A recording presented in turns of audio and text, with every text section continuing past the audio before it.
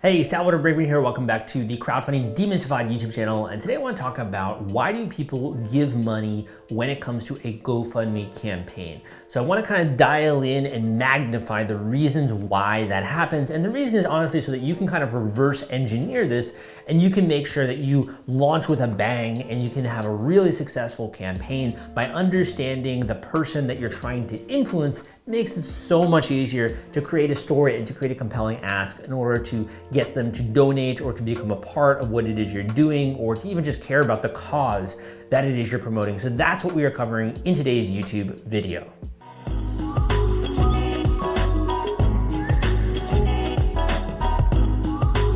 Okay, so when I was first thinking about this, right, and kind of getting into understanding this, and I've written the book, Nonprofit Crowdfunding Explained. I've also written Nonprofit Fundraising Hacks, which talks about the psychological triggers that goes into why people donate money. And this is actually, I think, Nonprofit Fundraising Hacks is actually one of my best works, I think. It's a super slim volume, but just like chock full of gold and tactics for nonprofits and people out there, individuals looking to raise money. And like, what do you have to hit in order to get people to give money on GoFundMe or other platforms? So I kind of want to just dial into some of the findings from that, as well as some of the stuff that I've been observing recently. And I hope that it's useful and helpful for you to take it and you just run with it and you apply this to your campaign. Want to take all the stress out of fulfilling your Kickstarter rewards? FulfillRite is the turnkey solution that puts product delivery on autopilot. The Top Campaigns uses trusted high-tech provider to store, package, and ship their products. Focus on growing your business. Leave shipping to the experts. Don't wait. Get a custom quote from FulfillRite today. Link in the description. So the first thing I want to share is that everyone on this planet, every individual is an emotional being, and everyone has a different personality, right? So when you ever see something happening, let's just say something happening like a fury of buying, where everyone is going on Black Friday and buying things, or this thing is happening and you're like scratching your head out like, I don't understand why people are behaving in this way, right? Let me share a secret with you. There's always a reason why people are behaving in a certain way. And it's the goal of a marketer to understand why that is happening, essentially, and the case and how to change consumer behavior. So over time, there are certain elements that marketers have slid into our everyday life where we didn't always behave in this way. It wasn't always the case that people brush their teeth 2 times a day. It wasn't always the case that people drank milk. It wasn't always the case that we viewed oatmeal or cereals as being a healthy diet, right? These are ideas that were influenced upon us by marketers. And even things like incorporating like liver and organs into eating at a certain time period in American history, those things were pushed by marketers. Even other things like the way that soap will bubble up and certain, even if you're drinking a LaCroix, let's just say an orange LaCroix, and inside you look at the liquid, it's clear, but the outside is orange and it makes it feel different to you. That's all marketing. So marketing is about changing perception. It's about influencing other people and understanding how people work. So I took this tactics and strategy and what I've developed over time with my own work, and I've applied that to the nonprofit realm, and that's what I shared in Nonprofit Fundraising Hacks. So as a skinny to that book, what I want to share with you right now is the reason why people give money. So the way you want to think about this is everyone has emotions. In order to get someone's attention, first got to trigger an emotion. If someone does not trigger an emotion, then they do not have your attention. What happens when you have someone's attention? When someone's really thinking, what usually happens?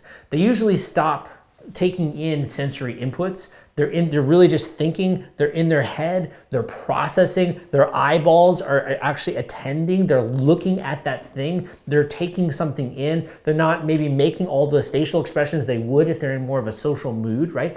So when you have someone's attention, everything kind of like, it's almost like hypnotic, right? Everything just kind of blacks out and they just focus on that thing. And that's why if you're watching a movie, and halfway through the movie, you notice that your foot went to sleep and you're like, what? I didn't even notice that happened, right? Or something happens in your surrounding environment. You're like, what? I didn't even notice that happened. That's like almost a hypnotic attention. And that's kind of what I want to share right now is like the emotions that you have to hit. So the first one that you got to hit. Obviously, you got to get the person's attention. Attention can come from a relationship, for example, where this person is relevant in my life, thus I'm going to pay attention to them, versus a stranger, probably not going to pay attention to them. Another could be a credibility indicator, like this is a news story. Oh, I should pay attention to this because the news is talking about it, right? So maybe your story is being shared by the news or by someone else who recommended it, or you see it on social media. So there are different ways in which you can get someone's attention, whether that's through social media, through an email, through a text, through a phone call, through a news story that you are a part of on Reddit, a social bookmarking site, any of those types of mediums. I'm going to assume, just for now, because it kind of goes beyond the scope of this video, you already have someone's attention. What happens next? What ends up happening next is that in order to get someone to consider giving money or donating money, you first need to create this feeling of empathy. Now, why is that? The reason is that as human beings, we are programmed to really only care about our friends, our family, and maybe some people in the external universe, but we can't care about everyone that's on this planet. Let's be honest, your mind would explode. There are billions of people on this planet. You can't, like, just from an emotional standpoint, care about everyone. Your emotions would be like this, right? So your mind will tune out the majority of people that are on this planet. However, when you hear about a story, when you see a story, when you, not firsthand, but secondhand, are told something, all of a sudden you start to feel emotions. In the same way that if you see a news story about someone, you're going to feel fear or anger or sad or guilty or those different things. If you watch a movie about a character that's not even real, you're going to feel real emotions at the end of the day. Storytelling is what beings have developed in order to relay an experience that happened to me in the past. Dude, you're not gonna believe this thing that happened to me in the past, right? I tell a story to you and you feel comparable emotions to the way that I felt, or at least you can sympathize and if not, empathize with that thing that happened to me in the past. So what you're gonna do is you're going to use storytelling as a vehicle to get other people to empathize with your need, your cause, or whatever it is that you're trying to promote, okay? I know it sounds a little bit Machiavellian, but I'm kind of assuming that you have something good that you're trying to raise money for, okay? So let's just say that you do that. You tell a story of some kind. What happened, what created that need, what's the before, and also what's the potential for the person who is giving money to have an impact in that story. If you tell a compelling story, and researchers have found this out. I did a YouTube video on this a long time ago, but there have been studies done where they tell a story to a person, two sets of stories, and one story has a compelling main character that's going through something difficult, right? And the other is just kind of a bland story where nothing is really happening. With the bland story, most people are bored or tuning out. With the compelling story, rapt attention, right? And also, they start to feel emotions that are similar to the main character in the story.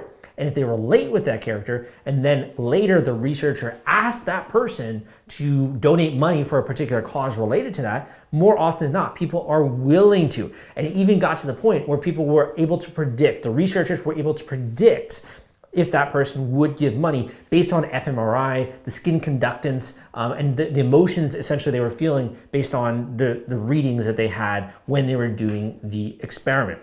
So lo and behold, when you can allow someone to experience a story, they are going to start to feel emotions about that story. So you need to first start with that. If you don't trigger that feeling of empathy or sympathy, it's very difficult for you then to ask someone to successfully give money or donate money. Once you've done that first component, the second building block, so it's like we're building something here, it's a second building block, right? The second building block is that person has to feel a sense of distress. What do I mean by that? Because that's kind of a negative emotion, distress, right? So let me break that down. When someone is experiencing the story, it's not enough for them just to be like, wow, that's a really nice story, right? No. In order for the person to feel any kind of way obligated or wanting to give money, they have to feel a sense of distress. Now, what does distress mean? Distress could be a bunch of different emotions. It could be the emotion of guilt. It could be the emotion of injustice. It could be the feeling of anger, frustration, the need to make a difference. the feeling like my own identity is being attacked, the feeling like this is just wrong, right? It goes against their morals, something in that nature. You got to trigger, if this is like a combination lock, you got to trigger one of those emotions. If you do that successfully, what's going to end up happening after someone experiences your story is they're going to have this feeling and they're not going to know what to do with it. It's almost like this energy is building up inside you. You're like, man, I'm just freaking angry. I'm frustrated. I'm blah, blah, right? I feel a high intensity of emotion. What ends up happening then is they try to look for an outlet. So if you can't right the injustice right in front of your eyes, or you can't speak up, or you can't do anything, then there are other ways, of course, to be able to have an impact. And one of those is to donate money to a particular cause. So this is really when people begin to even think about donating money. And the question then becomes, if I do make a contribution, if I donate, if I help in this way, is it going to have an effect, a meaningful effect on that outcome? And if the answer is yes, then more often than not, people are interested in donating money.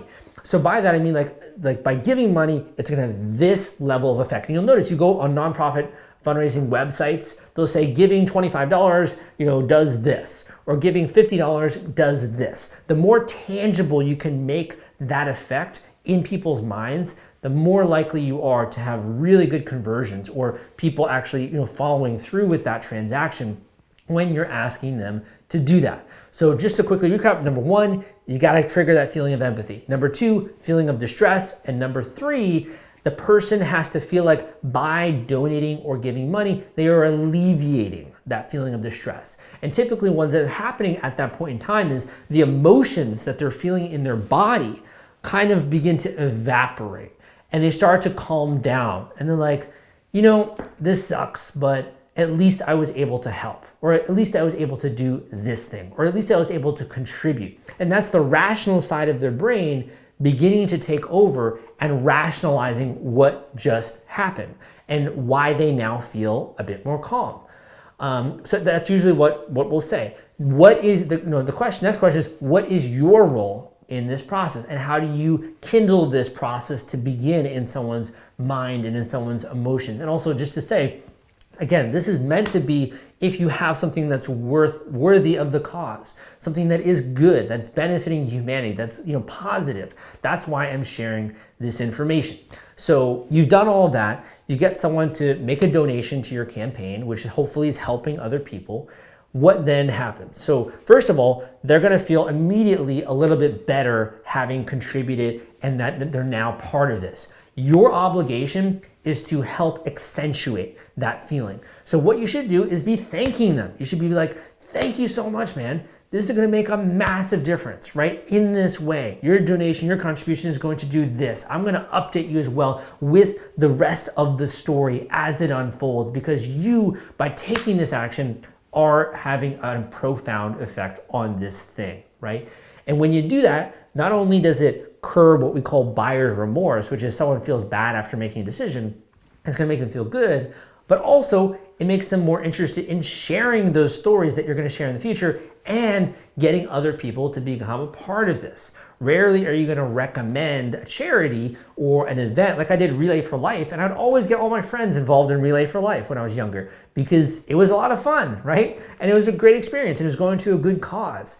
So when someone has a good experience, they're gonna talk about it and they're gonna share about it. And to me, that process that I just shared with you is like the secret or the hidden key to a lock that you didn't even know was there.